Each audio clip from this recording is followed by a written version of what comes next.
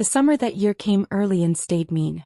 By the second week of June, the creek that ran along the eastern edge of Earl Briggs' property had already pulled back to a thin brown ribbon threading through cracked mud. The cottonwood trees along its banks had gone pale, their leaves curling inward like old hands closing around nothing. The sky sat low and white-hot from morning to evening, the kind of sky that makes a man feel watched by something indifferent. Earl had been awake since before 4. He always was these days. Sleep had become a shallow, restless thing, more like lying still with his eyes closed, listening to the house settle around him, listening to the silence that used to be filled with other sounds. A woman turning over in bed. The soft breathing of a child down the hall.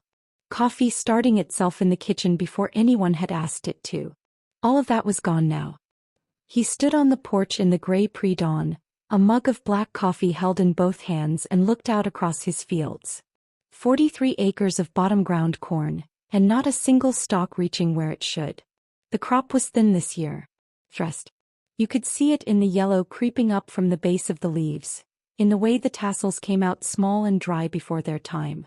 Earl had farmed this land for 31 years. He knew what a suffering field looked like. He just never felt so much like he was looking in a mirror when he saw one. The nearest town, Calvert Fork, was 14 miles east. Population 800 and falling. The grain elevator had cut its buying price 3 weeks ago. His neighbor Dale Hutchins had sold off half his cattle the week before that. These were the small, quiet collapses of a rural life. Not dramatic, not newsworthy, just the slow tightening of a belt that had already been tightened too many times. Earl drank his coffee. A nighthawk called once from somewhere over the tree line and then went silent. He was setting his empty mug on the porch rail when he saw the figure on the road. A person. Walking. Moving slow but deliberate. The walk of someone who had already covered a great distance and had made peace with the fact that there was still more to go. Earl squinted through the early gray light. Thin. Too thin. Carrying something on one shoulder. A bag maybe, or a rolled blanket. Moving along the edge of the gravel road that split his property from the Hutchins land. Earl watched. The figure slowed. Then stopped. Turned toward the farmhouse. For a long moment neither of them moved. Then the figure began walking up the dirt drive toward the porch. Earl set his hand on the wooden rail and felt the grain of it under his palm. Rough, familiar, steady. He didn't move. He just watched the person come step by step through the pale morning light, across the cracked earth of his drive, until they stopped at the bottom of the porch steps. It was a woman. Young or youngish, hard to tell. Her face was weathered in a way that had nothing to do with age. Her clothes were clean but worn thin.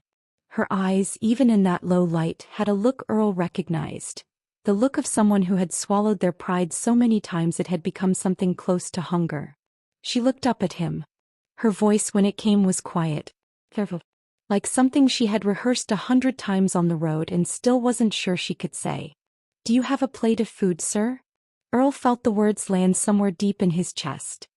He looked at her for a long moment. He thought of his empty kitchen. His empty table. The pot of yesterday's beans still on the stove. He thought of how small his world had become, and how long it had been since anyone had stood on those steps needing something from him. He thought of how much it cost a person to ask. He pushed the screen door open. "Come in," he said.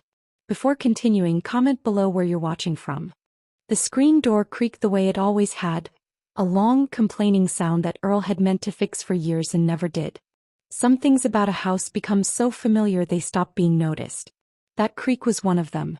But now, as the woman stepped up onto the porch and through the door ahead of him, he heard it as if for the first time. As if the house itself was registering the weight of the moment. She stopped just inside the doorway in the small entry that led into the kitchen. She didn't move further until he came in behind her and gestured toward the table. It was an old table, heavy oak, round, with 4 chairs around it. 3 of those chairs had not been pulled out in over a year. "Sit anywhere," Earl said. His voice came out rougher than he intended. He wasn't used to talking in the mornings. Wasn't used to talking much at all anymore. She chose the chair nearest the door. Earl noticed that. She sat with her bag on her lap at first, then seemed to reconsider and set it carefully on the floor beside her feet. She folded her hands on the table. Her knuckles were dry and cracked, the kind that come from outdoor work or cold water or both. Earl moved to the stove without ceremony. The beans from the night before were in a cast-iron pot, pinto beans, cooked slow with a ham hock and a little onion. Simple food. The food of a man who cooked because he had to, not because he wanted to. He turned the burner on low and set the pot over the heat. He sliced 4 pieces of bread from a loaf on the counter, the good kind from the bakery in Calvert Fork, which he bought once a week because it was one of the few small pleasures he still allowed himself. He didn't ask her what she wanted. He didn't ask her anything. The kitchen filled slowly with the warm smell of beans heating. Outside, the day was beginning to come on, the sky shifting from gray to a pale, dusty orange at the edges. The birds were starting up in the tree line. A mockingbird. Then the low, persistent coo of a mourning dove. The sounds of a rural morning assembling itself the way it always did, indifferent to whatever was happening inside any given house underneath that sky. Earl poured a second cup of coffee and set it in front of her without asking if she drank it. She wrapped both hands around it immediately. He saw her close her eyes for just a second, not long, barely a breath, and he understood that the warmth of the mug against her palms meant something specific and necessary. He turned back to the stove. "Beans'll be hot in a few minutes," he said. "Thank you," she said. Her voice was steadier now, low but clear. A southern lilt in it, not deep south but somewhere in that direction. Tennessee maybe. Or the hill country of Kentucky. Hard to pin. Earl pulled out the chair across from her and sat down. He didn't have anything to do while the beans heated. He could have stood at the counter, kept his distance, let the silence be professional. But something made him sit. Maybe it was the simple fact that he was tired of eating alone at that table and hadn't admitted it until this exact moment. He looked at her properly for the first time in the light. She was somewhere in her late 20s, he decided. Maybe 30. Her hair was dark and pulled back plainly. There was a bruise, yellowing and old, along the left side of her jaw, the kind that was almost gone, which somehow made it more noticeable than a fresh one. Her eyes were dark brown and direct. She didn't look away when he looked at her. That too Earl noticed. "You come far?" he asked. She considered the question. "Far enough," she said. The beans began to make their small sounds against the iron of the pot. Earl got up to stir them. When he set the bowl in front of her a few minutes later, full and steaming with the bread alongside it, she looked at it for just a moment before she picked up the spoon. She ate with the quiet, focused attention of someone who had not eaten a real meal in longer than one day. Earl ate his own bowl slowly, watching the window, giving her the dignity of not being watched. But his mind was not quiet. It hadn't been quiet in a long time. And now it was turning over something new. Something about this woman, about the road she had come from, about the bruise on her jaw and the way she had said far enough like it was a door she wasn't ready to open. He didn't push. Not yet. But the morning was still young and she was still sitting at his table, and the mourning dove outside was still calling from the fence post like it had nowhere else to be. She finished the bowl clean. Sopped the last of the broth with the heel of the bread. Then she set the spoon down neatly, aligned it with the edge of the bowl the way someone does when they were raised to mind their manners regardless of circumstances. Earl respected that. Small dignities in hard moments, he knew what those cost. "Can I wash the bowl?" she asked. "Leave it," he said. Not unkindly. She nodded. Picked up the coffee mug again. There was still heat left in it and she seemed to want to hold on to that as long as possible. Outside, the sun had crested the tree line to the east and was already pressing down with intention. The kitchen window faced that direction, and now a blade of hard morning light cut across the table between them, catching the dust motes drifting in the still air. Earl's farmhouse had that quality in summer. The way light came in sharp and defined like it was making a point. "I'm Earl," he said. She looked at him over the rim of the mug. "Delia," she said. Just the one name. He didn't ask for more. "You got somewhere you're heading?" he said. He kept his voice even. Practical. The way you'd ask about the weather. Not prying, just orienting. Delia set the mug down. She looked at the table for a moment, at the grain of the old oak, and Earl had the sense she was deciding something. Not whether to trust him exactly. More like deciding how much of the truth she could afford to carry out loud. "I'm trying to get to my aunt," she said finally. "She lives outside of Abilene." She paused. "It's been a longer trip than I planned." Abilene, Texas. Earl ran the geography in his head. They were in central Oklahoma. That was still 300 miles, give or take, depending on which roads you walked and which ones you avoided. "You walking the whole way?" he asked. He didn't mean it to sound the way it might have, judgmental, incredulous. He just needed to understand the size of what she was doing. "I had a bus as far as Lawton," she said. "Then things got complicated." Complicated. Earl turned the word over. He was a plain-spoken man and he respected plain speech. But he also knew that sometimes a single careful word was doing the work of a whole story a person wasn't ready to tell. Complicated could mean 100 things. Looking at the old bruise on her jaw, he had a feeling he knew at least the outline of it. He didn't say so. "Roads down this way aren't made for walking," he said instead. "Gravel shoulders if you're lucky. No shade to speak of. Gets to 104 this time of year before noon." "I know it," she said. A faint note of something in her voice. Not quite humor but its distant cousin. Like she had already made friends with the difficulty of her situation and wasn't asking anyone to feel sorry for it. Earl got up and refilled both their cups. He stood at the counter for a moment with his back to her, looking out the window above the sink at his fields.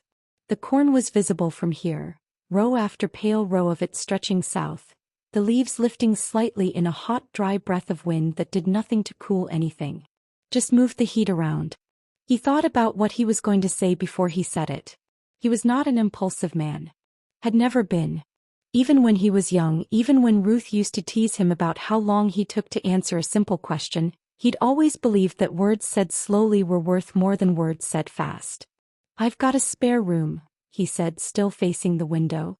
"Clean bed. You're welcome to sleep a few hours before the heat comes on full." Silence behind him. He turned around. Delia was looking at him with an expression he couldn't fully read. It wasn't suspicion exactly, though there was an edge of that in it and he didn't fault her for it. It was something more complicated. The look of a person who has been offered kindness enough times with a hidden price attached that they no longer know quite how to receive it when it comes plain. "I don't need charity," she said quietly. "I know you don't," Earl said. "I'm not offering charity. I'm offering a room. There's a difference." She held his gaze for a long moment. The morning dove called again from somewhere outside, soft and low and patient. And Earl waited, the way a man waits who has learned that some things cannot be hurried. Not fields, not grief, not the cautious reopening of a heart that has learned to expect very little from the world. If you enjoy countryside stories like this one, subscribe to the channel and turn on notifications. She slept for 4 hours. Earl knew because he was outside the whole time, moving through his morning chores the way he always did, methodically, without urgency, the way a man moves when the work is less about productivity and more about having something to do with his hands while his mind works on other things. He fed the 3 remaining chickens he kept in the small coop behind the barn. Scattered the feed, watched them move around each other with their particular indifferent confidence. He'd had more chickens once. Ruth had kept a proper flock, 20, sometimes 25 birds. Eggs enough to sell a few dozen a week to the diner in Calvert Fork. After she got sick, the flock dwindled. After she died, Earl had kept only enough to feed himself. 3 hens. Practical. Nothing more. He checked the water levels in the stock tank. The well was holding, but just barely. If they went another 3 weeks without meaningful rain, he'd have to start hauling.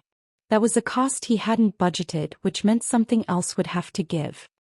He ran the numbers in his head the way he always did, the quiet, grim arithmetic of a small farm in a dry year. It never added up the way he needed it to. Around 8:30 he walked the eastern fence line, checking posts. 2 were leaning that needed resetting. He made a mental note and kept walking. The sun was up properly now and the heat was building fast, the way it did in Oklahoma in July. Not gradually but in waves, like something impatient. The ground underfoot was pale and hard. The topsoil cracked in the wide, geometric patterns that always reminded Earl of something broken trying to hold its shape. He thought about Delia. He thought about it the way he thought about most things, carefully without rushing to conclusions. She was heading to her aunt in Abilene. She had a bruise going yellow on her jaw. She'd been on that road since before dawn. She had enough pride to offer to wash the bowl and enough sense to accept the room when it was offered plainly. That was what he knew. It was enough to work with for now. What he didn't let himself think about too directly, not yet, was why her presence in that house, in that kitchen at that table, had done something to the quality of the air inside it. The way a closed room changes when a window is opened. Not dramatic. Just different. More like what a room is supposed to feel like. He hadn't realized how much he'd gotten used to the absence of another person until that absence was briefly interrupted. He pushed the thought down and went back to checking fence posts. At 10:15 he came back to the house for water. He moved quietly through the kitchen, drank 2 full glasses standing at the sink and listened. The house was still. Just the low groan of the old window unit in the living room doing its inadequate best against the heat. He figured she was still sleeping and turned to go back out. That's when he heard it. A sound from the spare room. Not loud. Not alarming. Just a single compressed sound, the kind a person makes when they're dreaming something they can't get away from. The kind of sound that stops a person in their tracks not because it demands anything, but because it is so entirely unguarded, so deeply private, that hearing it feels like catching a glimpse of something that was never meant to be seen. Earl stood still in the kitchen for a moment. Then it was quiet again. He refilled his water glass, set it in the drying rack and walked back outside into the hammering sun. But the sound stayed with him. Followed him down the fence line, through the dusty stillness between the rows of struggling corn, all the way to the back of the property where the old creek bed ran its thin, diminished course through the cracked earth. He stood at the edge of it for a while. Looked at the water, barely a trickle now, brown and slow, threading between rocks that used to be submerged. 30 years ago he and his father had fished this creek on summer evenings. Caught mostly small catfish, nothing worth writing home about. But his father had said something once, standing right about where Earl was standing now, that had lodged itself in his memory the way certain things do, not because they sound important when you hear them, but because life eventually proves them true. Some people come into your life like rain in a dry year, his father had said. You don't question it. You just open the ground. Earl hadn't thought about that in years. He wasn't sure why he thought of it now.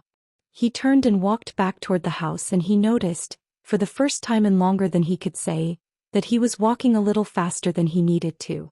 She was sitting on the porch when he came back around the side of the house.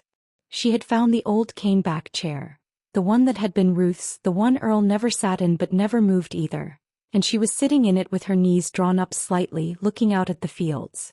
She had washed her face. Her hair was down now, dark and still slightly damp at the ends. She looked more rested, though not entirely. Sleep had taken the edge off something without fully resolving it. She heard him coming and turned her head. Didn't startle. Just looked at him with those direct brown eyes and gave a small nod, the kind that means thank you without making a production of it. Earl came up the porch steps and stood at the rail, looking out at the same view she was looking at. The fields. The fence line. The flat Oklahoma horizon shimmering in the heat. The sky above it a white blue so pale it was almost colorless. A red-tailed hawk was working a thermal far to the south, circling without effort, riding something invisible. Sleep any? He asked. Some, she said. He nodded. Let that sit. After a moment she said, your crops are struggling. It wasn't a question. She said it matter-of-factly, the way someone says it who knows what a struggling crop looks like and doesn't see any point in pretending otherwise. 3rd dry year running, Earl said. This one's the worst. What are you growing? Corn mostly. Some winter wheat on the North 40, but that's already done for the season. Corn's what I'm counting on. He paused. Shouldn't be counting on it as hard as I am. She was quiet for a moment. My daddy grew corn, she said. Down in Love County. South of here. Earl glanced at her. That right? Yes, sir. She was looking at the field still. He used to say corn was the most honest crop there was. Didn't hide anything. When it was happy you knew it. When it was dying you knew that too. Earl felt something move through him at that. The particular resonance of a truth you've always known but never heard said out loud. "Your father's still farming?" he asked. A beat of silence. "Just long enough." "No," she said. Earl didn't follow up. He understood the geography of that no. They had lunch together without it being formally decided. Earl made sandwiches. Sliced turkey, yellow mustard, the last of the good bread. He put a glass of iced tea in front of her and she drank half of it before she set it down, like she hadn't realized how thirsty she was until the cold hit her. They sat at the kitchen table again. The heat was at its peak outside now, pressing against the windows, making the world beyond the glass look liquid and unstable. Inside the kitchen was better. Not cool exactly but manageable. The old farmhouse had thick walls. That was one thing it had going for it. Earl noticed she was favoring her left side slightly when she moved. Not dramatically. Just a small practice compensation. The way a person moves when something hurts and they've had enough time to adapt to the hurt that they've stopped registering it consciously. He noticed it. He didn't say anything. "How far you figure you walked this morning?" he asked instead. She considered. "I left the Highway 281 junction before sunup. Walked maybe 8 miles before I saw your light on." 8 miles. Before dawn. On gravel shoulders in worn boots. With whatever she was carrying both in her bag and underneath her ribs. "Junction's a rough stretch," Earl said. "No shoulders at all through that low section by the bridge." "I walked the ditch," she said simply. Earl ate his sandwich. Looked at the table. There was a silence between them that wasn't uncomfortable, just full. The kind of silence that accumulates between two people who are both accustomed to being alone and are navigating, carefully, the strange new territory of not being. Then Delia said something that Earl didn't expect. "I'm not running from the law," she said. "I want you to know that." He said it plainly. Not defensively. Just as a fact she thought he deserved to have, offered without drama. Earl looked at her. "Didn't figure you were," he said. "Some people would figure," she said. "I'm not some people," he said. She looked at him for a moment. Then something shifted almost imperceptibly in her face.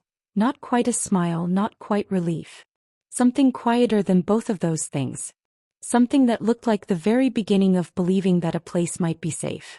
Outside the hawk was still circling. And somewhere in the fields, a hot wind moved through the pale corn rows with a sound like the land itself exhaling. Comment below if you would have the courage to do what she did. After lunch Earl went back out to work. It was what he did. The farm didn't pause for company or conversation or the strange, unsettled feeling that had taken up residence somewhere behind his sternum since morning. The afternoon chores were the afternoon chores. The fence posts needed resetting. The water levels needed monitoring. The equipment shed needed the door rehung.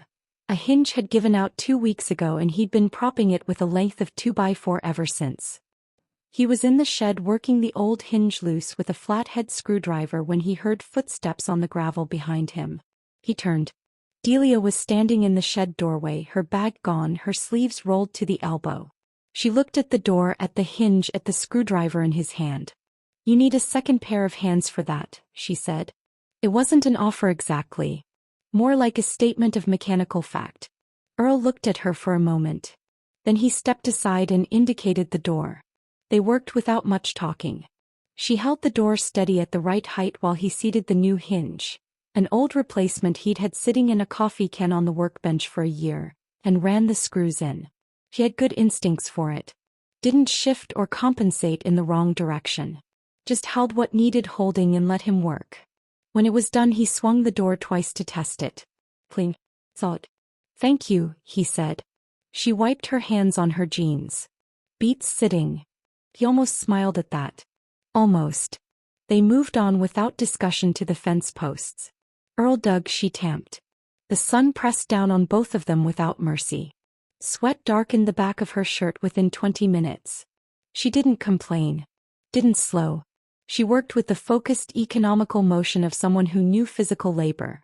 Not the performative version of it, but the real kind, the unglamorous daily grinding kind that leaves your hands rough and your back tight and your sleep deep when it finally comes. Around 3 in the afternoon Earl called a stop. He went to the truck and got 2 bottles of warm water from behind the seat. He kept a case there through summer, and handed her one.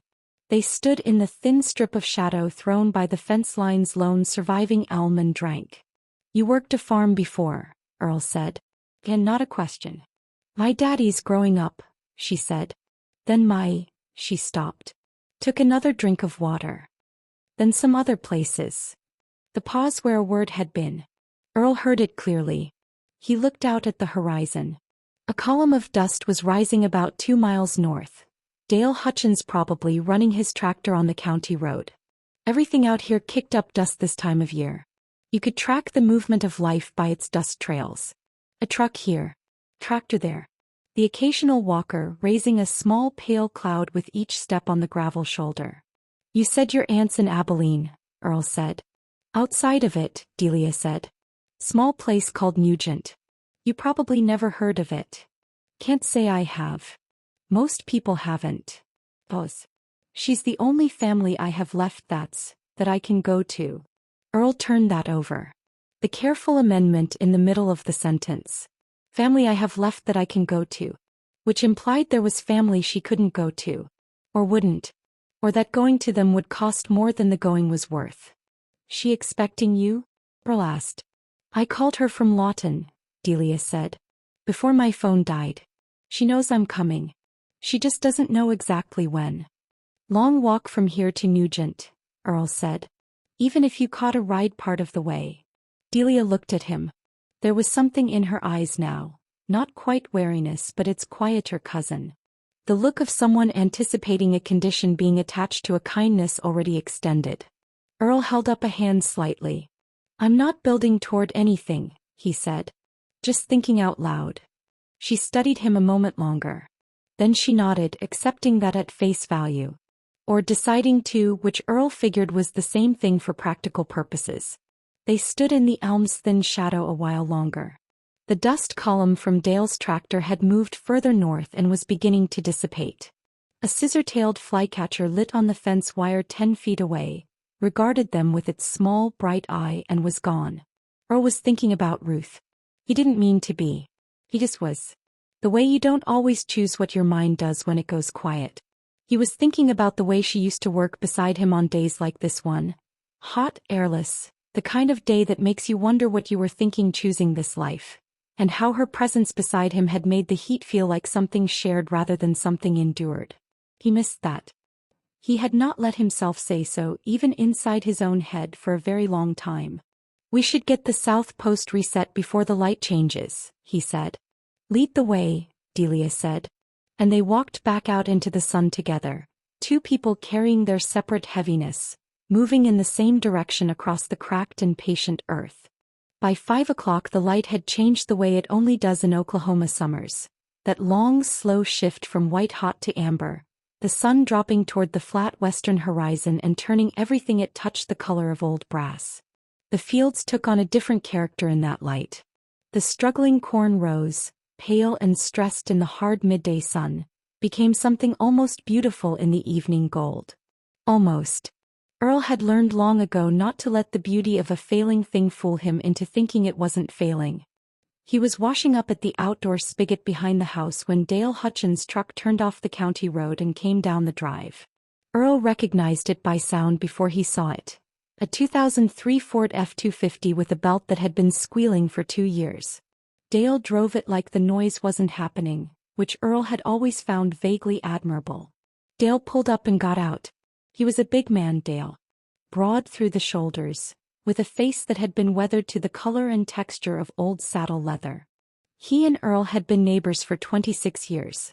They were not close friends in the way that required much conversation, but they were the kind of neighbors who showed up when showing up mattered, and that was worth more than most friendships Earl had known. Dale's eyes went immediately to Delia, who was around the side of the house coiling the garden hose she'd used to water the 3 raised beds Earl kept near the back porch. Tomatoes, peppers, a struggling row of green beans. Earl hadn't asked her to do it. She'd just done it. Dale looked at Earl. Earl could read the look exactly.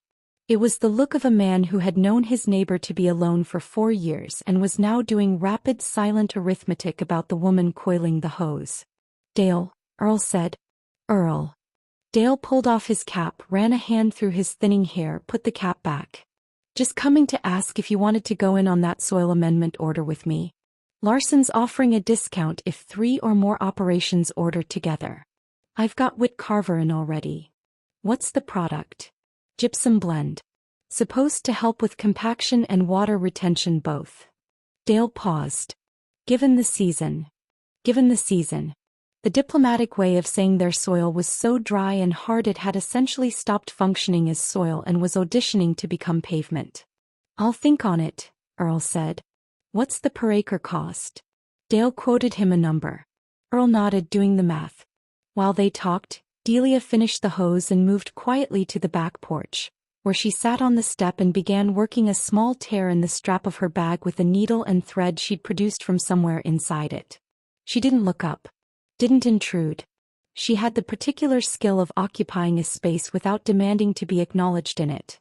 A skill Earl had come to understand in the last few hours, that was probably not innate but earned. Dale's eyes drifted to her once more and then back to Earl. She's staying on? Dale asked. His voice was neutral, which with Dale meant he was working to keep it that way. Passing through, Earl said.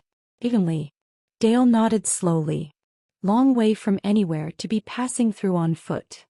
Yes it is, Earl said. A moment passed between them. Dale was not a cruel man. He was not the type to make a scene or say something pointed. But he was also a product of this place.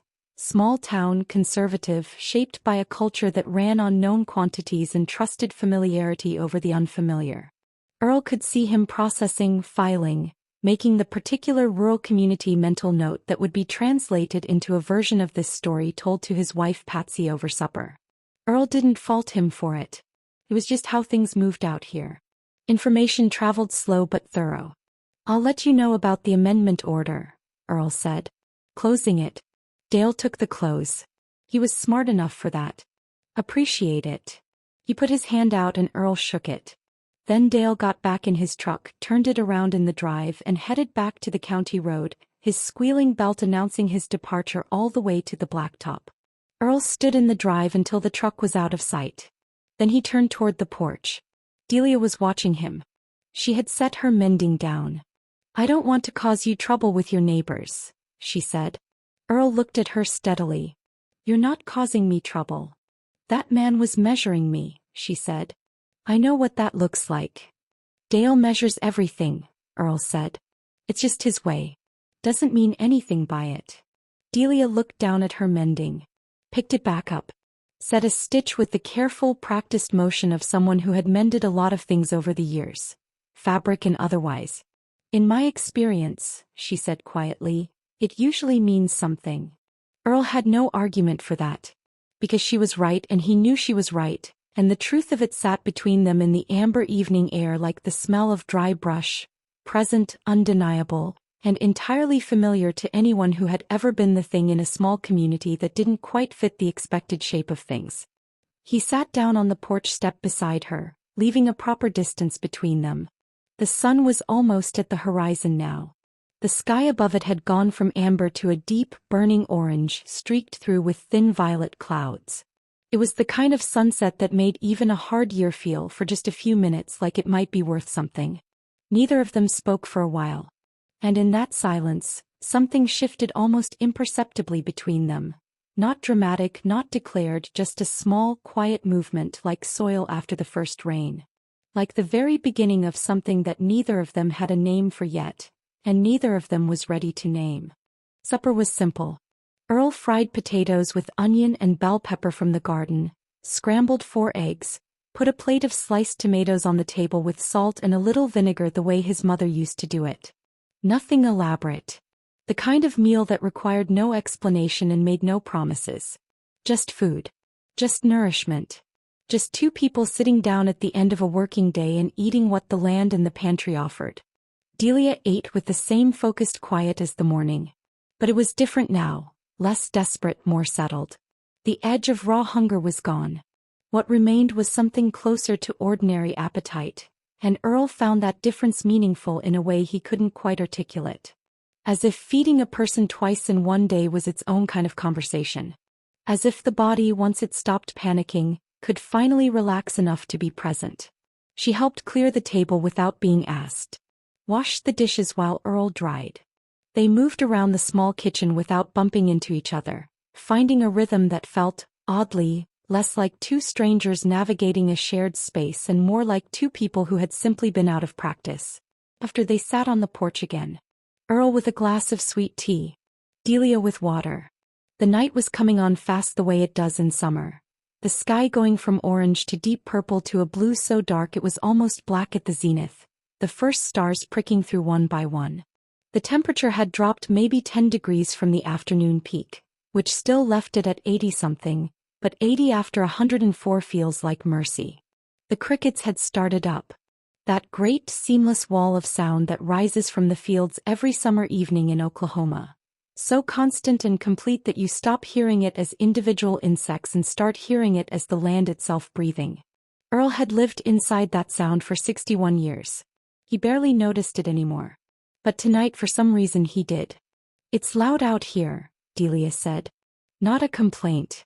Just an observation." "Crickets," Earl said. "I know crickets," she said. A faint smile in her voice. "I just forgot how many of them there were." "Where were you before?" he asked. Then quickly, "You don't have to say." She was quiet for a moment. Long enough that he thought she was going to take the out he'd offered. Then she said, "Tulsa. For about 2 years." Earl nodded. Tulsa was 90 miles northeast. Big enough to swallow a person. Big enough to change them in ways that were sometimes good and sometimes weren't. "Before that, Fort Smith," she said. "Arkansas. That's where I grew up mostly. After Love County." She paused. "After my daddy passed." "How old were you?" 16. Earl set his tea glass down on the porch rail. 16. He thought about what 16 looked like from where he sat now. How young it was, how undefended, how entirely the wrong age to lose the anchor of a parent. "Your mama?" he asked. "Left when I was 9, Delia said. Simply. As if it were a geographical fact. A river that ran in a particular direction. Not bitter. Just true. They sat with that for a moment. "Fort Smith's hard country for a 16-year-old girl on her own," Earl said. "It's hard country for most people," she said. "I managed." He believed her. Everything he'd seen in her today suggested a person who had been managing for a very long time. Managing carefully, quietly, without the luxury of falling apart. There was a kind of strength in that. Earl recognized it because he'd cultivated something similar in himself over the last 4 years. The strength of just continuing. Of getting up and doing the next thing because the alternative wasn't acceptable. It wasn't heroic strength. It was just the ordinary, stubborn refusal to stop. "What took you to Tulsa?" he asked. Another pause. Longer this time. The night around them was full and dark and warm, the stars thick above the flat horizon, the crickets constant and vast. "A man," she said finally. The 2 words carrying the weight of the entire story inside them without telling a single detail of it. Earl didn't respond right away. He looked out at the dark fields, at the faint outlines of the corn rows disappearing into the night. He thought about the bruise on her jaw. About the way she sat with her back to the wall at his table. About the word complicated standing in for something larger and harder. "He the reason for the bruise?" Earl asked. He kept his voice very quiet. Very level. The crickets filled the silence that followed. "Among other things," she said. And the way she said it, not broken, not asking for anything, just stating a fact that had already been survived, made something tighten in Earl's chest that he hadn't felt in a long time. Not pity. Something older and fiercer than pity. Something that felt a great deal like anger on another person's behalf. He breathed through it. Said nothing. Let her have the silence without filling it. A firefly appeared at the edge of the porch light's reach. Then another. Then a slow drifting constellation of them rising from the tall grass along the fence line, blinking their small cold lights on and off in the darkness. Delia watched them. And for just a moment, in the soft pulse of all that light, her face looked like something that had been braced against weather for a very long time and had just briefly forgotten to be. Leave a like to help this story reach more people. Earl woke at 3:47 in the morning. He knew the time without looking because he always woke at 3:47. Had for the past 4 years.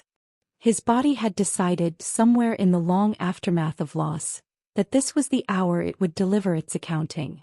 The hour when the house was most silent and the darkness was most complete, and there was nothing between a man and his thoughts but the thin membrane of whatever exhaustion he'd managed to accumulate during the day. Usually he lay still for a while, then got up, then made coffee, then waited for the gray pre-dawn to make the darkness manageable again. Tonight he lay still and listened. The window unit hummed. The crickets had quieted some. They always did in the small hours, as if even they needed a rest from themselves. A coyote called from somewhere far to the north, a single ascending note that dissolved into the darkness without an answer. And then from down the hall the sound again. Not the sharp dream sound from the afternoon. This was different. Quieter. The specific compressed sound of someone crying in a way they have learned to cry, without volume, without the luxury of letting it out fully, the way you cry when you've spent years making sure no one hears you doing it. Small, controlled, and therefore somehow more devastating than the open kind. Earl stared at the ceiling. He was not the kind of man who intruded. He'd been raised to believe that a person's private grief was exactly that, private, and that respecting it was a form of dignity you offered whether it was asked for or not. His father had taught him that. Ruth had reinforced it in her own way, knowing when to sit near him in the hard times and when to simply leave a cup of coffee within reach and move quietly away. So he didn't get up, didn't go to the door, didn't knock or call through the wall. But he didn't sleep either. He lay in the dark and listened to the barely audible sound of Delia crying in the spare room, and he felt the weight of it settle into the room around him the way heat settles. Pervasive, invisible, changing the quality of everything it touches. He thought about what she had said. A man. Among other things. He thought about 2 years in Tulsa. About the particular arithmetic of a woman who has no family left she can go to, who walks 8 miles before dawn on a gravel shoulder to get away from something, who carries herself like someone perpetually braced for impact, who instinctively sits with her back to the wall and near the door, who says, "I'm not running from the law first thing before you've even implied you wondered." He thought about what it cost a person to become that careful, what it required of a life. By 4:15 the sound had stopped. Earl waited another half hour to make sure. Then he got up, pulled on his work pants and a t-shirt and went to the kitchen. He made coffee. Stood at the window above the sink looking out at the absolute darkness of the pre-dawn fields. He thought about Ruth. This was not unusual. He thought about Ruth most mornings at this hour. But tonight it was different. Tonight he wasn't thinking about her absence the way he usually did, as a wound, as a subtraction, as the persistent negative space where a life used to be. Tonight he was thinking about her more directly. About who she was. About what she would have done. Ruth had been a practical woman with a large, unsentimental heart. She didn't make speeches about helping people. She just helped them and moved on.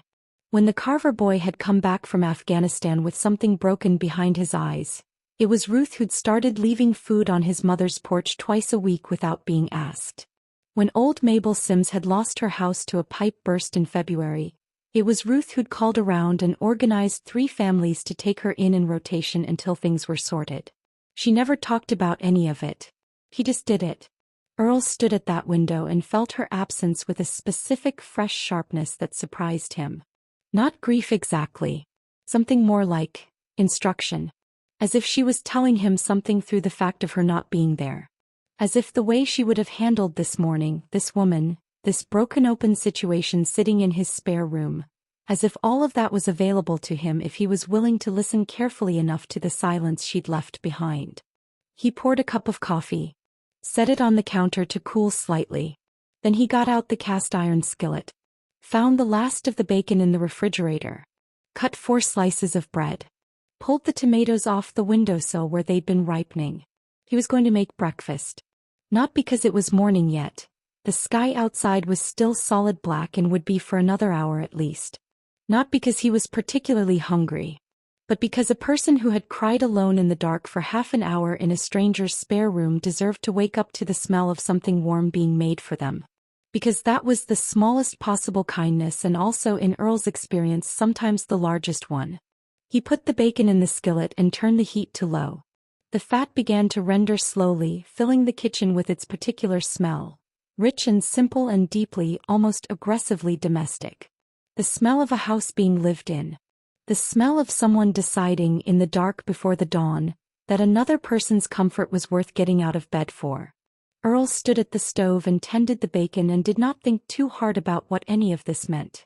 But somewhere in the back of his mind, quiet as a field after rain, something was beginning to grow. Delia appeared in the kitchen doorway at 5:20. She had dressed, the same clothes as the day before, clean but worn, and her hair was pulled back again tight and plain. Her eyes were dry. Whatever the night had taken from her she had packed back into herself before coming out, assembled herself back into the version of Delia that moved through the world upright and self-contained. Earl recognized the effort that required. He had done it himself, every morning for 4 years. She stopped when she saw the table. He had set it properly. Plates, forks, folded napkins. Bacon, scrambled eggs with garden pepper, sliced tomatoes, toast. A small jar of honey he'd found at the back of the pantry. Local stuff from a beekeeper outside Calvert Fork, amber and thick. Coffee already poured. Orange juice from a carton. It was more than breakfast. It was a declaration of something, though neither of them would have called it that. She stood in the doorway looking at the table for a moment that lasted just long enough to tell Earl she was working to keep her face neutral. Then she came in and sat down. "You didn't have to do all this," she said. "I was up," he said. Which was true and also beside the point. She looked at her plate. Then she looked up at him. "Thank you, Earl," she said. His name in her mouth for the first time. It landed differently than he expected. "Eat while it's hot," he said. And sat down across from her. They ate in the particular comfortable silence that had developed between them, different now from the silence of the morning before. That one had been careful, two strangers measuring the distance between themselves. This one had texture to it. Wait. The silence of people who have shared a day's work and a porch in the dark and the unspoken knowledge of each other's nighttime sounds. A silence that had earned itself. Outside, the darkness was just beginning to soften at the edges. The birds hadn't started yet. The world was suspended in that brief, holy interval between night and morning. Not dark, not light, just the first gray suggestion that day was considering its return. Earl refilled her coffee without asking. He watched him do it. Then she said, "I need to get back on the road today." He set the pot back on the burner. Sat down. "I figured," he said. "I've already taken too much," she said. The word too carrying its full freight. Not just the food in the room and the breakfast but something larger. The accumulated weight of being received without conditions. Of being allowed to occupy a space without earning it first or paying for it in ways she was accustomed to paying. "You worked a full afternoon's labor yesterday," Earl said. 2 fence posts and a shed door. "That's not nothing." "That's not the same and you know it," she said. He looked at her. He held the look. "No," he said. "It's not the same. It doesn't have to be." Something moved across her face. That same look from the day before. The one that lived in the difficult territory between suspicion and hope. She was working something out. He could see it. The slow, careful recalibration of a person whose experience had taught them that kindness without a price tag was either naive or deceptive, and who was now being required to consider the possibility of a third option. "Why?" she asked. Directly. The way she did most things. Earl thought about it properly before answering. Because she deserved a proper answer, not a deflection. "My wife passed 4 years ago," he said. "Cancer. She was 53 years old." He looked at his coffee cup. "We didn't have children. It was just the 2 of us for a long time. Then it was just me." Delia was very still. "She was the kind of person who helped people," Earl continued. "Not because she thought about it or decided to. Just because that's how she was built." He paused. "I'm not built that way naturally. I've always been more careful. More contained." He looked up at Delia. "But I watched her do it for 30 years. And I figure somewhere in that watching I learned something." The kitchen held his words. Delia looked at him with an expression he hadn't seen from her yet. Fully open. Not guarded, not measuring, not braced. Just open. The way a window is open when someone finally decides the air inside has been still long enough. She sounds like she was something, Delia said quietly. She was everything, Earl said. Simply. Without drama. Just the plain truth of it. They sat with that for a moment. The gray outside had shifted perceptibly, warmer, the first birds starting up, a single cardinal whistling from somewhere in the oak tree at the corner of the yard. The day was arriving whether either of them was ready for it or not. Then Delia said something that Earl had not anticipated and would think about for a long time after. I had a daughter, she said. The kitchen went absolutely still. She was looking at the table. Her hands were wrapped around her coffee mug the way they had been the morning before, holding the warmth. She was 3, Delia said. Her name was Cora. The word was past tense. Carrying everything past tense can carry when it is applied to a child's name. Earl did not move. Did not speak. He understood with complete certainty that this was not a moment for words. Not his words, not any words. This was a moment that required only the most absolute quality of attention. The willingness to receive what was being given without flinching or rushing or trying to fix what could not be fixed. So he sat still. And outside the cardinal sang on, indifferent and beautiful, into the slowly brightening air. Delia didn't speak for a long time after saying Cora's name. Earl didn't push. Didn't fill the silence with the nervous kindness of reassurance. He just stayed, present and still the way a tree stays in wind. Available without demanding anything of the moment. When she finally spoke again, her voice was measured. Careful. The voice of someone who has told a story so many times inside their own head that the telling of it has worn smooth like a river stone. Not because the pain is gone, but because the shape of it has been handled so often it no longer has edges that catch. She got sick, Delia said. Respiratory. It started like a cold. The kind of thing you think will pass. She paused. It didn't pass. Earl said nothing. We were in Fort Smith still. I was 24. I didn't have insurance. I was working at a packaging plant part-time. They didn't offer it. By the time I got her to the emergency room she was already... She stopped. Reorganized. They did what they could. It was 5 days. 5 days. Earl felt the weight of those 2 words settle into the room like something physical. I'm sorry, he said. He knew the inadequacy of it. He said it anyway because it was true and because sometimes the inadequate true thing is the only honest offering available. Delia nodded once. Accepting it the way you accept that kind of condolence. Not because it helps but because the person means it and meaning counts for something. After that, she said, I wasn't right for a while. For a long while. She looked at her hands.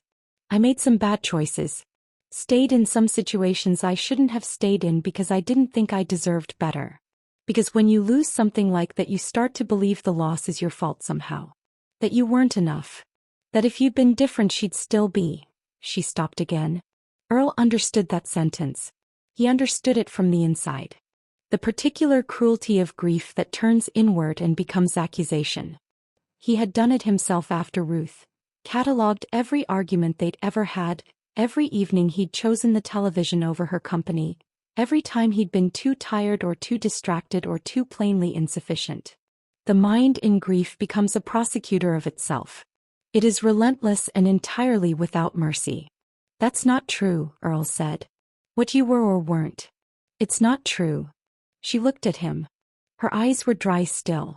Whatever tears she had were either spent from the night or held somewhere deep where they'd been held before.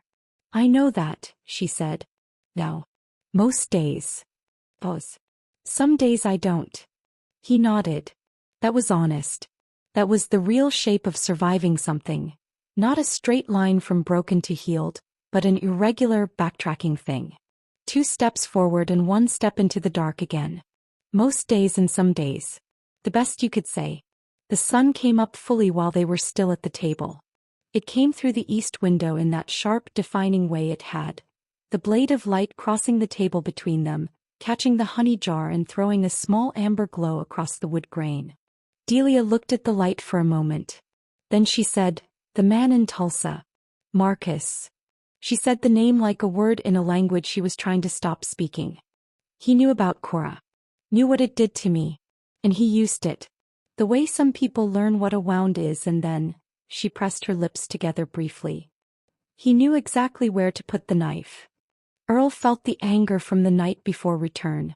Quiet and cold and completely certain of itself. How long were you with him? He asked. 2 years, she said. Almost exactly. She shook her head slightly, not at Earl, at herself. At the arithmetic of it. 2 years. I kept thinking I could fix it. Fix him, fix myself, fix the whole broken thing. Keep making it work, because if it didn't work, then what did that say about me? She looked up. You know how that goes. I've seen it, Earl said carefully. Not from the inside. But I've seen it. You leave 100 times in your head before you leave once in real life, she said. And then something happens that makes the real leaving the only remaining option. She touched her jaw without seeming to realize she was doing it. The yellowing bruise. Earl looked at it. That the something? That was the last something, she said. There were others before it. The cardinal outside had been joined by a mockingbird now. The two of them trading calls back and forth across the yard in that bright, indifferent way birds have of being beautiful when beauty seems beside the point. Earl looked at this woman across his kitchen table. This woman who had walked 8 miles before dawn, who had lost a child and survived a man and was still moving, still heading somewhere, still carrying herself upright through the heat and the gravel and the hardness of a road that had no shade. He thought about what Ruth would have said. He could almost hear it. In that particular voice Ruth had used when she'd already made up her mind about something and was just waiting for everyone else to catch up. Well, she would have said, "Don't just sit there." He folded his hands on the table. "I need to drive into Calvert Fork this morning," he said. "Pick up some things. Hardware store, feed store." He paused. Abilene's about 3 hours south on 183. If a man were going that direction anyway, it wouldn't be much out of the way to go through Nugent. Delia stared at him. "I'm not going that direction," she said slowly. "No," Earl said. "But I could be." The kitchen was very quiet. The light moved in the honey jar. And Delia looked at Earl Briggs across the table with an expression that was complex and layered and entirely undefended, like ground that has been hard and dry for so long that the first rain doesn't quite know where to begin, but begins anyway. Before continuing, comment below where you're watching from. She said no. Not immediately. There was a moment, visible and real, where she considered it.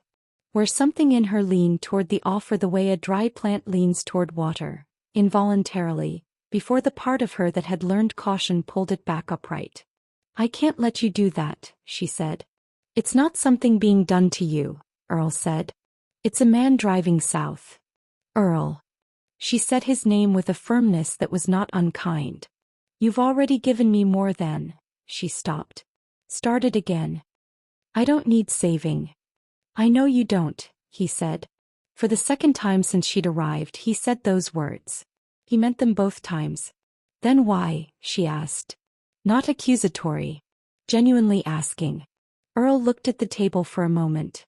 At the grain of the old oak, worn smooth in the places where hands had rested over decades. Ruth's hands. His hands. His mother's before that. The table had been in this kitchen for 40 years. It had held a great many things. "Because it's 300 miles of Texas highway in July," he said. "And you've got worn boots and a torn bag and whatever you're carrying that's heavier than anything I can see." He looked up at her. "And because I have a truck and a free day and no good reason not to." She looked at him for a long time. "You don't know me," she said. "No," he said. "But I know enough." "What do you know?" she asked. Not a challenge. A real question. The question of a person who has been misseen so many times they are genuinely curious what another person's seeing looks like. Earl thought about it carefully. "I know you asked for food instead of money," he said. "I know you offered to wash the bowl before you knew whether I was decent or not. I know you held a shed door for 40 minutes in 100-degree heat without being asked and without complaining. I know you ate at my table twice and said thank you both times and meant it. I know you cried last night and didn't come out looking for anything from me because of it." He paused. I know you loved your daughter. The last sentence landed quietly. Delia's jaw tightened slightly. Just briefly, just the small muscular response of a person absorbing something precise and true. And I know, Earl continued, that a woman who has been through what you've been through and is still heading toward something instead of away from everything, that's not someone who needs saving. That's someone who just needs the road to be a little shorter. The kitchen held all of that. Outside, the morning was fully established now. The sun well up, the heat already building, the world going about its business with the indifferent persistence that Earl had always found both maddening and steadying about the natural world. It didn't care what happened in kitchens. It just kept going. And somehow that continuity, that relentlessness, was its own kind of comfort. Delia looked down at her coffee. It had gone cold. She drank it anyway. I'd need to pay for the gas, she said finally. No, you wouldn't, Earl said. Earl. Delia. She looked at him. There was something in her eyes that was close to exasperation and also close to something else entirely. The warm, helpless feeling of being genuinely cared for by someone who wants nothing back. Earl recognized it because Ruth had given it to him, and he had felt exactly this same resistant gratitude in response, and it had taken him years to learn how to simply receive it. At least let me do the dishes, she said. Deal, he said. He called Dale Hutchins while Delia washed up. Stepped out to the porch with his phone and kept his voice low, not because he was hiding anything but because some conversations felt right in the open air. Dale picked up on the third ring. Earl. Dale. I'm going to be out today. Can you keep an eye on the place? Just drive past once this afternoon, make sure nothing's burning. Pause. Sure, Dale said. Then because Dale was Dale, everything all right? Everything's fine, Earl said. I'm driving someone south. Another pause. Longer. The woman, Dale said. Yes. Earl, Dale started. I know, Earl said. Not defensively. Just acknowledging that he knew what Dale was about to say, and that he'd already had the version of that conversation with himself and arrived at the same place regardless. Dale was quiet for a moment. Earl could picture him standing in his own kitchen, Patsy probably nearby, the particular deliberation of a man who is choosing between caution and friendship. You want me to come by before you leave? Dale asked finally. Help you load anything. It was Earl understood Dale's way of saying he was still in. Still present. Still the neighbor who shows up. I'm fine, Earl said. Just the drive. I'll be back before dark. All right, Dale said. I'll drive past around 3. Appreciate it, Earl said. He hung up and stood on the porch for a moment looking out at his fields. The corn was pale in the morning light, stressed and thin, the leaves beginning to curl slightly at the edges against the coming heat. He would need to check the soil moisture levels when he got back. He'd need to make a decision about the gypsum amendment order. He'd need to call the crop insurance agent before the end of the week. All of it would be here when he returned. The land didn't go anywhere. The problems didn't go anywhere. They just waited with the particular patient permanence of things rooted in the earth. He took a long breath of the dry morning air. Smelled the dust and the dry brush and the faint sweetness of something blooming stubbornly somewhere along the fence line despite all reason. Then he went inside to get his keys. The truck was a 2009 Chevy Silverado dark green, with 140,000 miles on it and the particular worn dignity of a working vehicle that has been maintained faithfully if not lovingly. Earl kept it clean inside. No trash, no clutter, just a worn terrycloth cover on the steering wheel and a small photo tucked into the corner of the sun visor on the driver's side. Ruth at the county fair 1996. Laughing at something off camera, her head tilted back, completely unguarded. It was the best photograph Earl had ever taken and he had taken it by accident. Delia climbed in on the passenger side with her bag on her lap. She looked around the cab the way a person does when they're reading a space. What it says about the person who inhabits it.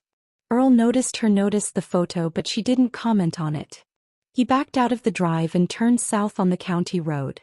The tires crunched on gravel for a quarter mile before the blacktop started, and then they were moving properly, the flat Oklahoma landscape opening up on both sides, fields, fence lines, the occasional farmstead set back from the road behind a windbreak of cedar trees. The sky ahead was pale blue going to white at the horizon, already heat-hazed, the sun throwing hard shadows from the west side of every fence post and telephone pole they passed. Neither of them spoke for the first few miles. It wasn't uncomfortable. It was the silence of two people who had already said significant things and were letting those things settle before adding more. Earl drove the way he did everything, steadily without hurry, both hands on the wheel. The radio was off.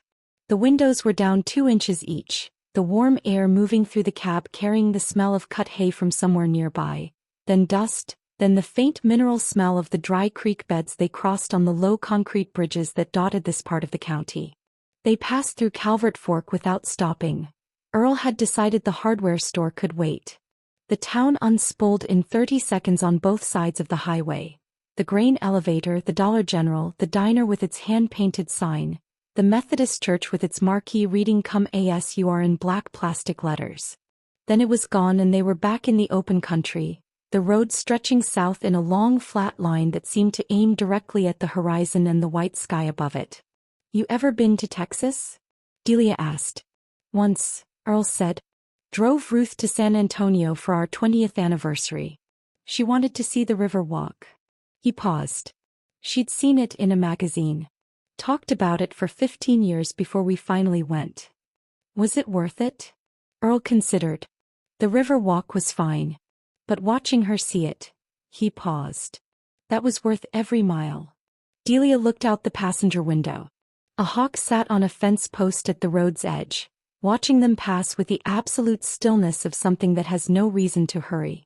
"How long were you married?" she asked. 30 years, he said. "Married at 27. She was 25. "That's a long time." "Not long enough," he said. Simply. Without self-pity. Just the plain arithmetic of a life cut short. Delia was quiet for a moment. Then, what was she like? Earl thought about that.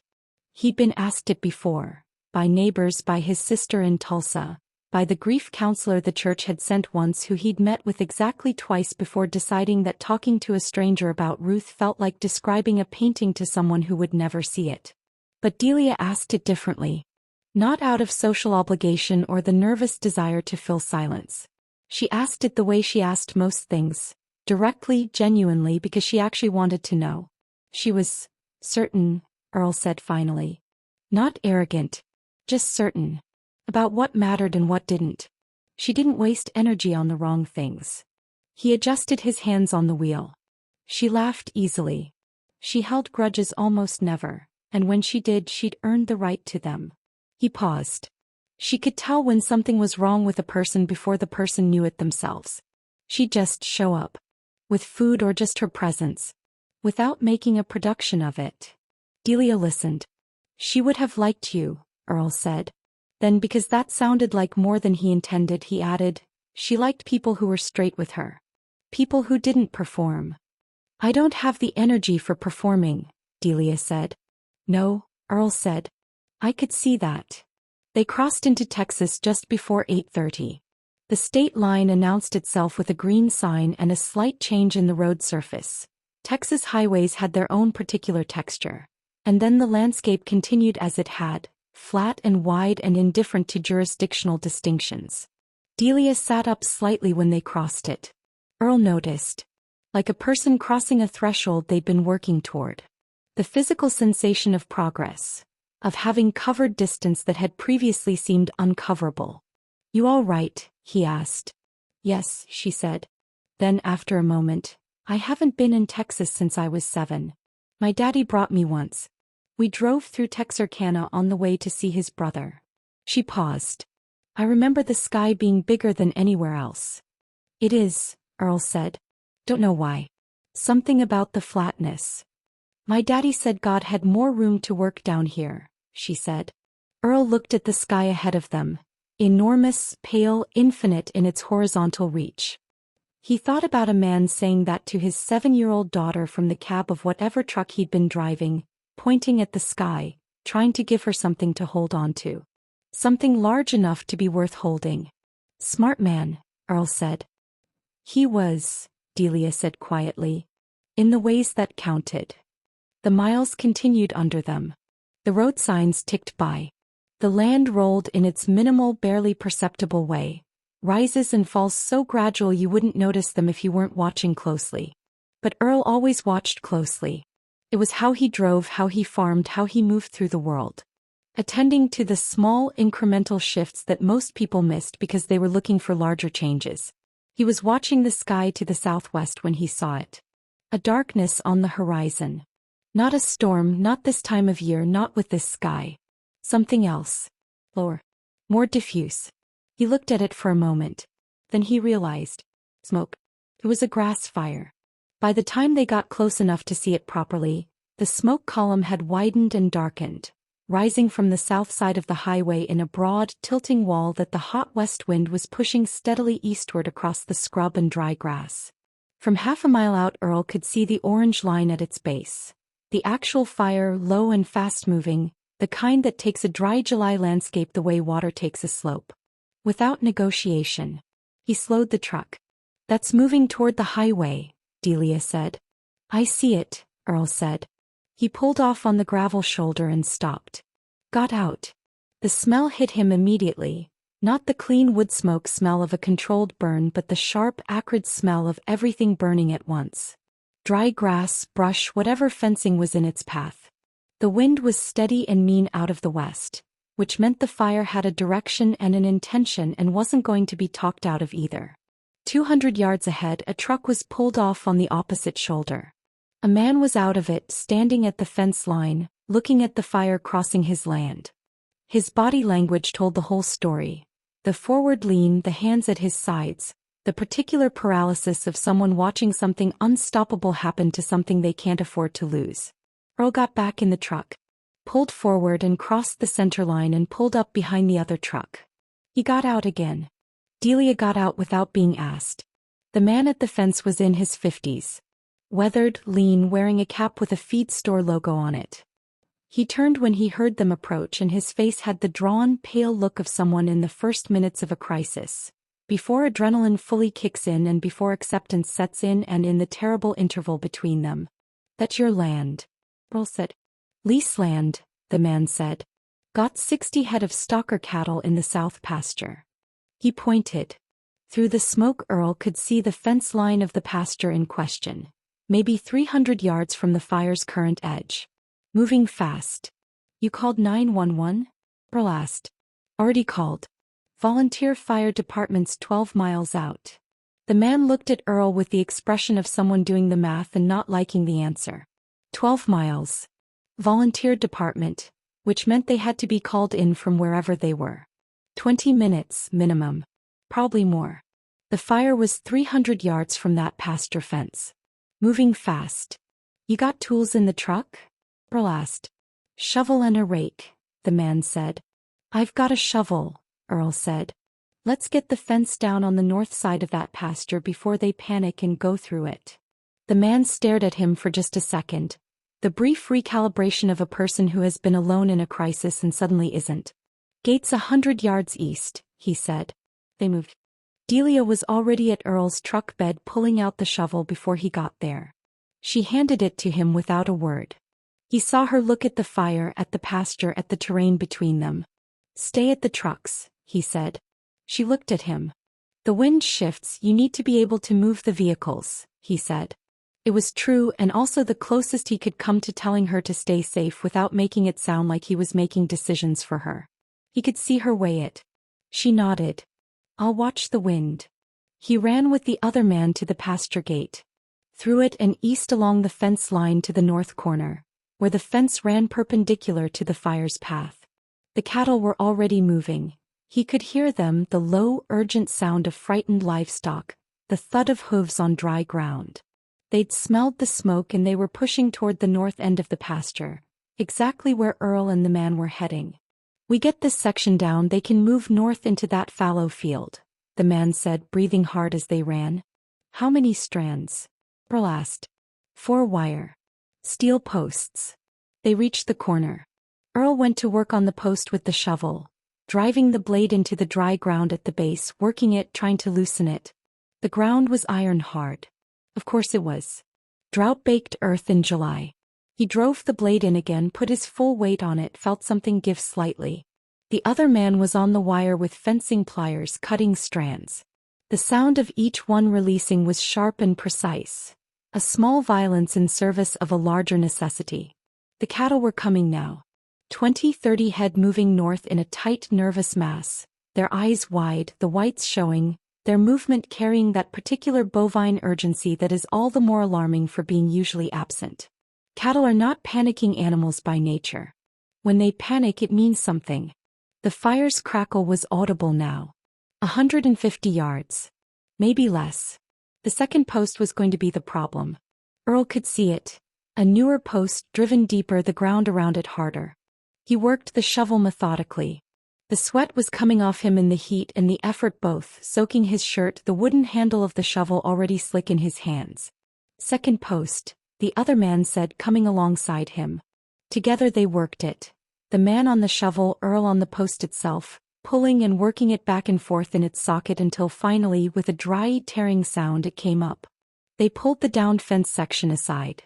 The cattle came through it like water through a break. Not wild, not trampling, but purposeful and fast, pouring north into the fallow field in a steady stream, their hooves raising their own small dust cloud that mixed with the smoke drifting overhead. Earl counted them moving through. Got to 48 before the stream slowed to the last few stragglers. The last one, a younger animal, confused and hanging back, required a shout and a wave of the arm before it committed to the gap and went through. Then it was through. Earl straightened. Put his hands on his knees for a moment. His lungs were full of smoke and his back was speaking to him with some urgency and his hands were trembling slightly from the effort and the adrenaline. The fire reached the old pasture fence line 30 seconds later. 30 seconds. It took the dry grass and the wooden fence posts and moved on east, following the wind, already past where the cattle had been, already someone else's problem to the east. The pasture it had entered was empty now. Just churned dust and the ghost smell of frightened animals and the fence gap standing open like a wound that had just barely been necessary. The other man was standing beside Earl. He took his cap off. Put it back on. His hands were shaking more visibly than Earl's. "Name's Garrett," he said. His voice was rough. "Earl Briggs. Out of Calvert Fork, Oklahoma." Garrett put his hand out. Earl shook it. The grip of two men who have just done a physical thing together and are still inside the adrenaline of it. "You were just passing through," Garrett said. It wasn't quite a question. "Just passing through," Earl confirmed. They stood in the smoke-hazy field and watched the fire move east, diminishing now as it hit a section of bare ground near a dry creek bed. In the distance, finally, the sound of a siren. "Better late than never," Garrett said. "Cattle are safe," Earl said. "That's what matters." Garrett looked at his animals in the fallow field to the north, moving freely now, spreading out, the panic already leaving them the way it leaves animals, quickly and completely once the threat is gone. He watched them for a long moment with the expression of a man who has just been given back something he thought he was about to lose. "I'd like to buy you breakfast," Garrett said. "Or lunch. Or whatever time it is." "We're heading south," Earl said. "Got someone to get to Nugent before dark." Garrett looked toward the highway. Toward the green truck where Delia was standing at the shoulder watching them come back. She had moved both vehicles east during the fire, Earl noticed. Down the shoulder away from the smoke. Exactly what he'd asked. "Your daughter?" Garrett asked. Earl looked at Delia standing there in the hazy morning light, her arms crossed, watching him walk back through the smoke-colored air. "No," he said. And then, because the word no felt incomplete in a way he hadn't expected, "a friend." The word came out with a certainty that surprised him. Garrett nodded. "Well, you tell your friend she's got good instincts. Moved those trucks at exactly the right time." Earl looked at her again. "I'll tell her," he said. They got back on the highway 20 minutes later, after the volunteer fire truck had arrived and Garrett had given his account and exchanged information and the situation had been handed off to people with hoses and authority. Earl's shirt was smoke-darkened and damp. His hands had stopped shaking. His back had settled into a dull, manageable complaint that he decided to ignore. Delia handed him a bottle of water from the case behind the seat when he got back in the truck. He drank half of it without stopping. She had already wiped the grime off the dashboard where the smoke had drifted in through the cracked windows. Small, practical, unremarked. "Cattle get out?" she asked as he pulled back onto the highway. "All of them," he said. 48 head. She nodded. Looked out the window at the smoke still rising to the east, the column thinner now, the fire department doing its work. The landscape they drove through showed no sign of what had just happened 50 yards off the highway. It just continued being itself, flat and dry and enormous, the scrub grass and the fence lines and the pale sky going on and on. "You moved the trucks," he said. "Wind shifted about 4 degrees south," she said. "Wasn't much but enough." "Garrett noticed," Earl said. "Said you had good instincts." She looked at the road ahead. Something moved briefly across her face. Not quite a smile, but its quiet relative. The look of a person receiving a small, clean compliment and not knowing quite what to do with it because clean compliments have been rare. "My daddy taught me to watch fire," she said. Said it and water were the two things that would always tell you the truth about what they were doing if you paid attention. Earl thought about that. Fire and water. The two most honest elements. Both capable of sustaining life and ending it. Both entirely indifferent to which they did at any given moment. Both requiring nothing but attention and respect. "Smart man," he said again. The same thing he'd said before. "You keep saying that," she said. "Keep meaning it," he said. They stopped for gas at a small station outside of Seymour. Earl filled the tank while Delia went inside. She came back with 2 bottles of cold water, a pack of peanut butter crackers and 2 cups of coffee in foam cups. She handed him the coffee and the crackers without ceremony and got back in the truck. Earl looked at the coffee, then at her. "You didn't have to do that," he said. She looked back at him with an expression that was entirely deliberate. "I know I didn't," she said. He recognized his own words coming back to him. The slight lift at the corner of her mouth told him it was intentional. He got in the truck. They drank their coffee in the parking lot of the gas station while the heat built around them and a tractor-trailer rumbled past on the highway, its wake rocking the Silverado slightly. "Can I ask you something?" Delia said. "Go ahead." "The farm," she said. "The corn. 3rd dry year." She paused. "How bad is it?" Earl looked at his coffee cup. The question was practical and she asked it practically, which he appreciated. Not dancing around it, not asking how he was feeling about it. Just, how bad is it? A farmer's question. "Bad enough," he said. "I've got a crop insurance policy but the deductible's significant and the payout won't cover what I'll lose on yield. I've got some reserves, not much. If next year's similar I'll need to make some decisions." "What kind of decisions?" "The kind a man doesn't want to make about land his father broke and his grandfather walked before that." He said it evenly, without drama. Just the weight of it stated plain. Delia was quiet for a moment. "You'd sell?" "I'd consider everything before that," Earl said. "Lease the acreage to a larger operation. Take an off-farm job for a season. There are options before selling." He paused. "But yes. If it came to it." She looked at him.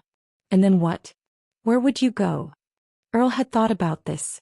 He had thought about it at 3:47 in the morning more times than he could count. The answer was always the same and always unsatisfying. "I don't know," he said. "Never lived anywhere else. Never wanted to." Delia looked out the windshield at the flat Texas horizon. "I know what it is to lose the place you're from," she said quietly. "It takes something out of you that doesn't grow back the same." "No," he said. "It doesn't." They sat with that. A mockingbird landed on the gas station sign above them and ran through 4 different calls in rapid succession. Cardinal, blue jay, something Earl didn't recognize, then back to cardinal. Performing its borrowed repertoire with complete conviction. "I used to think losing a place was less than losing a person," Delia said. "Now I think they're the same kind of loss. Different shape. Same size." Earl looked at her. In 24 hours this woman had walked 8 miles before dawn, eaten at his table, worked his fence line, cried in his spare room, told him about her daughter, told him about the man who had used her grief as a weapon, watched a grass fire from a highway shoulder with the presence of mind to move two vehicles at the right moment, and was now sitting in a Texas gas station parking lot saying things about Lawson Place that were more precise and true than anything Earl had heard in 4 years of solitary thinking on the subject. He thought again about what his father had said by the creek. Some people come into your life like rain in a dry year. We should get back on the road, he said. His voice was slightly rougher than he intended. Yes, she said. They got back on the road. The miles continued south. The sky continued enormous. And something between them continued its quiet, unnamed growth. Neither of them looking at it directly, both of them aware of it, the way you're aware of weather building on a horizon you're driving toward. If you enjoy countryside stories like this one, subscribe to the channel and turn on notifications. Nugent, Texas was exactly what its name suggested. Small, unadorned, a place that had never pretended to be more than it was. They found it 20 minutes south of Hamlin on a county road that turned to packed caliche about a mile before the cluster of houses that constituted the town's center. A water tower. A Baptist church. A feed store with a hand-painted sign. 8 or 10 houses visible from the road, more scattered back in the cedar breaks. The kind of place that appears on maps as a dot and in real life is something even smaller than that. Earl slowed the truck. She's on Redbud Lane, Delia said, looking at the handwritten directions she'd transferred from memory to a torn piece of paper back at the gas station. Off the main road, east side. They found it without difficulty. A small frame house set back from the caliche road behind 2 enormous live oak trees that threw the whole front yard into shade. White paint, somewhat faded. A porch with a metal glider on it. Window boxes with petunias. Pink and white, the only vivid color for a quarter-mile in any direction. A woman's touch maintained. Before Earl had fully stopped the truck, the front door opened. The woman who came out was in her 60s, small and quick-moving, with white hair cut short and the kind of face that shows its history openly. Laugh lines, sun damage, the settled dignity of someone who has lived a long life without apology. She came down the porch steps and across the yard with her arms already open before Delia had the truck door fully open. Delia stepped out. And the composure that had held for 24 hours, through the gravel road and the kitchen table and the porch in the dark and the Texas highway and the grass fire and the gas station and all those miles of flat, honest country, that composure finally let go. She went into her aunt's arms and something broke open. Not loudly. Not dramatically. Just the silent, total release of a person who has finally reached the place they were trying to reach and can stop holding themselves together by sheer force of will. Her shoulders dropped. Her head went down. Her aunt held her without speaking, one hand on the back of her head, rocking slightly, the way women hold people they love when words would only get in the way. Earl sat in the truck. He looked at the live oak trees. At the petunias in the window boxes. At the afternoon light coming down through the oak canopy in broken pieces, moving on the ground with the small movement of the leaves above. He didn't get out immediately. He gave them the moment. It wasn't his moment and he knew it. After a while Delia's aunt looked up over Delia's shoulder at the truck. Her eyes found Earl through the windshield. She looked at him for a moment with the direct, measuring look of a woman who has spent 60-some years learning to read people quickly and accurately. Then she gave him a nod. Small. Deliberate. The nod of a person conveying something specific. Not just acknowledgement but something closer to gratitude delivered with the full weight of understanding what it was being given for. Earl nodded back. Then he got out of the truck. Her name was Loretta. She shook his hand on the porch with a firm, dry grip and looked him in the eye and said, "You'll stay for supper." It was not a question. Earl recognized the manner. Ruth had had it too. The particular authority of a woman who runs her home on her own terms and issues invitations as declarations.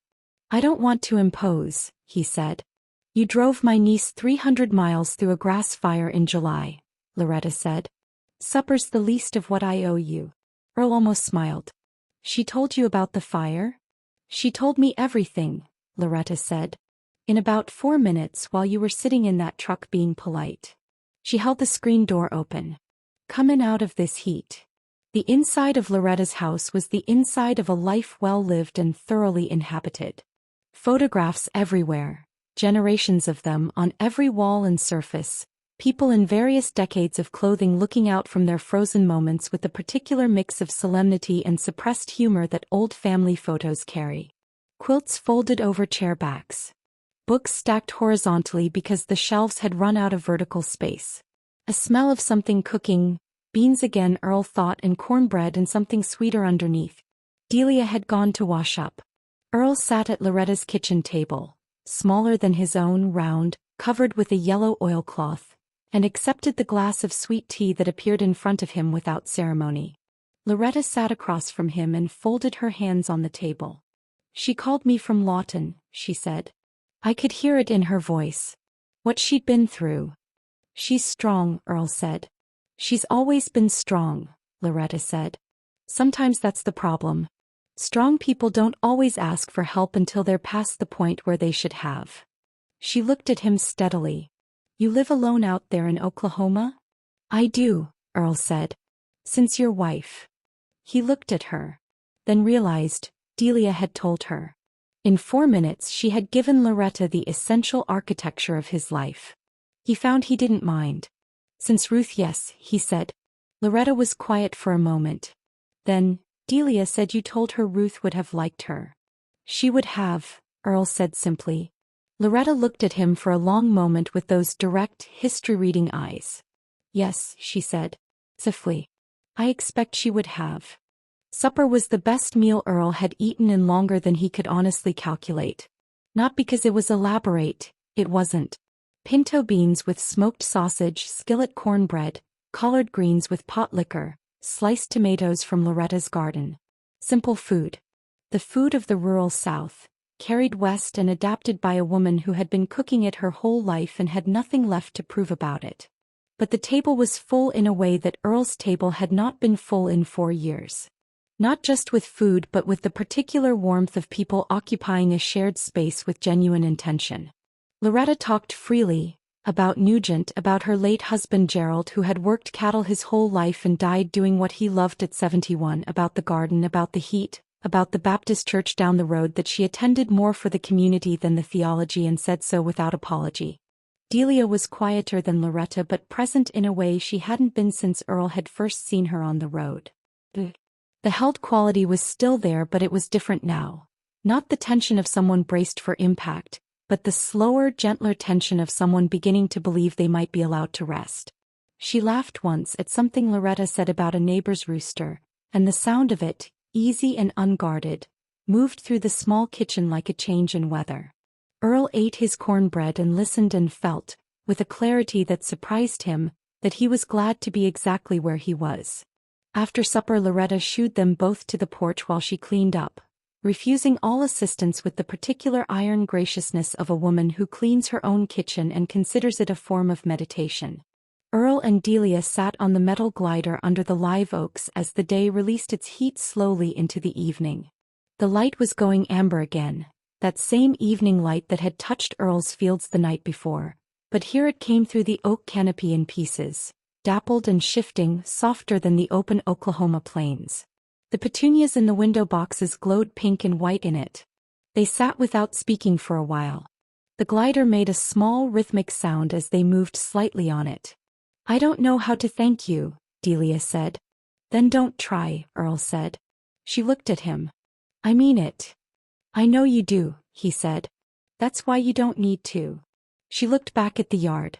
A mockingbird, possibly the same one from the gas station in Seymour, Earl thought, which was impossible and yet felt somehow not entirely wrong, was working through its repertoire in the top branches of the nearer oak. "What happens when you get back?" she asked. "Same things that were happening before," he said. "Fence posts. Dry corn. 3:47 in the morning." He heard the last part. Turned to look at him. "You too," she said quietly. "For years of it," he said. She nodded slowly. The private knowledge of that hour passing between them, two people who knew its particular quality, its specific darkness, the way it waited for you every night like a debt that didn't care about your ability to pay. "It gets less," she said. "The 3:47. It doesn't go away but it gets less sharp." "How long?" he asked. She thought about it honestly. 3 years before I could say that. Maybe closer to 4. She paused. Some days it sharpens back up. But mostly less. Earl looked at his hands on his knees. Rough, farmer's hands, the knuckles enlarged from decades of work and weather. He thought about 3 more years of that hour. He thought about the fact that she had survived it, whatever her version of it contained, the weight it carried, and was sitting here and had laughed 20 minutes ago at a story about a rooster. That helps, he said. Knowing that. Good, she said simply. The dark came on gently. Loretta brought out 3 glasses of lemonade and sat with them for a while, and they talked in the easy, unhurried way of people who have nowhere to be and have found that acceptable. About farming. About Texas. About Oklahoma. About the particular stubbornness required to keep working land that doesn't always cooperate. At 8 o'clock Earl said he needed to head back. The drive was 3 hours and Dale would be wondering. He had fields in the morning. He always had fields in the morning. He stood and Loretta stood with him. She took both his hands in hers, a gesture so direct and certain it bypassed any awkwardness it might have had, and looked at him. You're a good man, Earl Briggs, she said. Not effusively.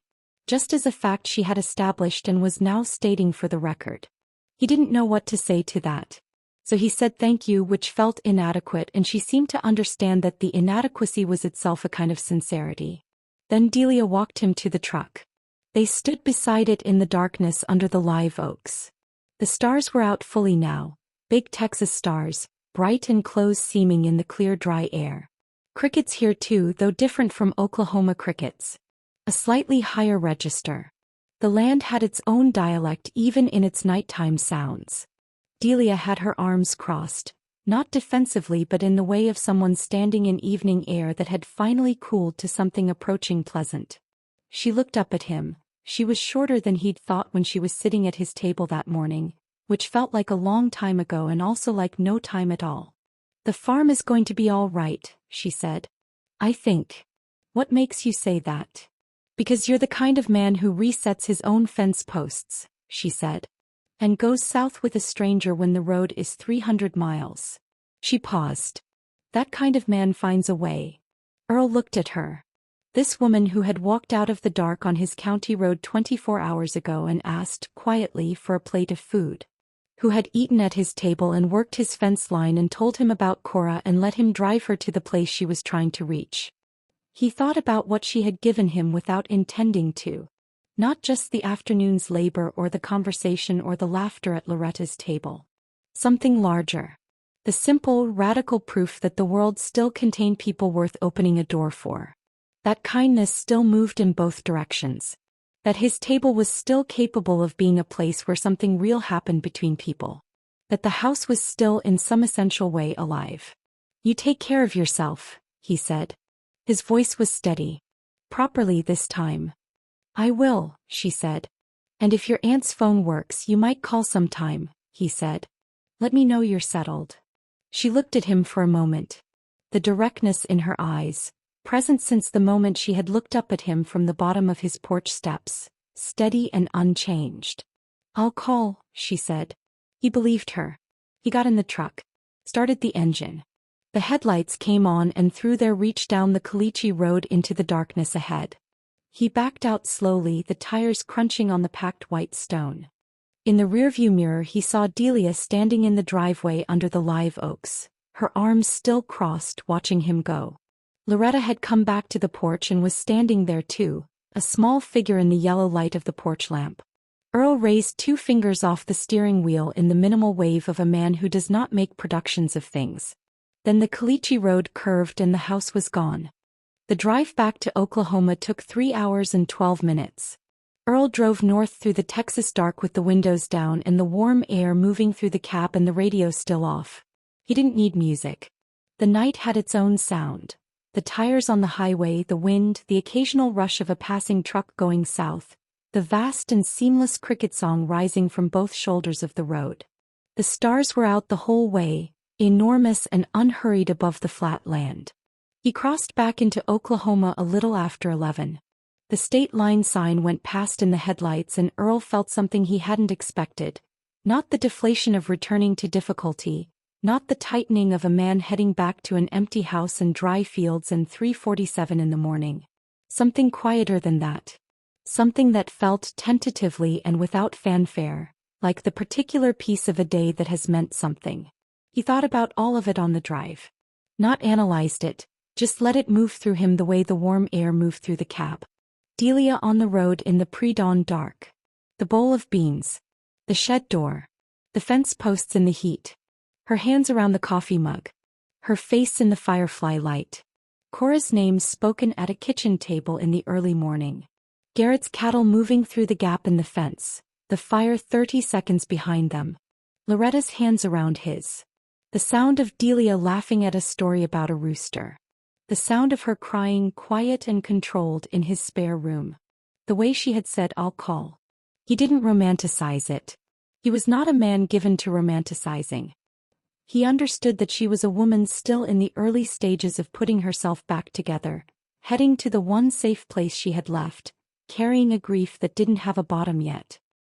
He understood that he was a 61-year-old farmer in a dry year with an empty house and too many fence posts and his own accounting at 3:47 every morning. He understood all of that clearly and without illusion. But he also understood this, and it came to him somewhere north of Seymour in the flat darkness between one small town and the next, with the stars overhead and the road empty ahead, that something had moved in him today. Not dramatically. Not conclusively. Just moved. The way soil moves after the first rain. The way a door moves when someone puts their hand to it without yet deciding whether to push. Something that had been still for 4 years had shifted slightly on its foundations. That was enough. That was more than enough. He pulled into his drive at 11:43. Cut the engine. Sat for a moment in the dark cab looking at his farmhouse. The porch light on the way he'd left it, the windows dark, the old structure sitting in its field of darkness the way it had sat for 80 years, patient and permanent and entirely indifferent to the emotional significance of what had happened in and around it in the past 24 hours. He got out. The night was warm and the crickets were going full and the air smelled of dry brush and dust and something faint and sweet he still couldn't identify, that same stubborn bloomer along the fence line, still at it, still offering its small fragrance into the darkness regardless of the heat and the drought and the general indifference of the season. He stood in the drive for a moment and looked up. The stars over Oklahoma were different from the stars over Texas. Not better or worse.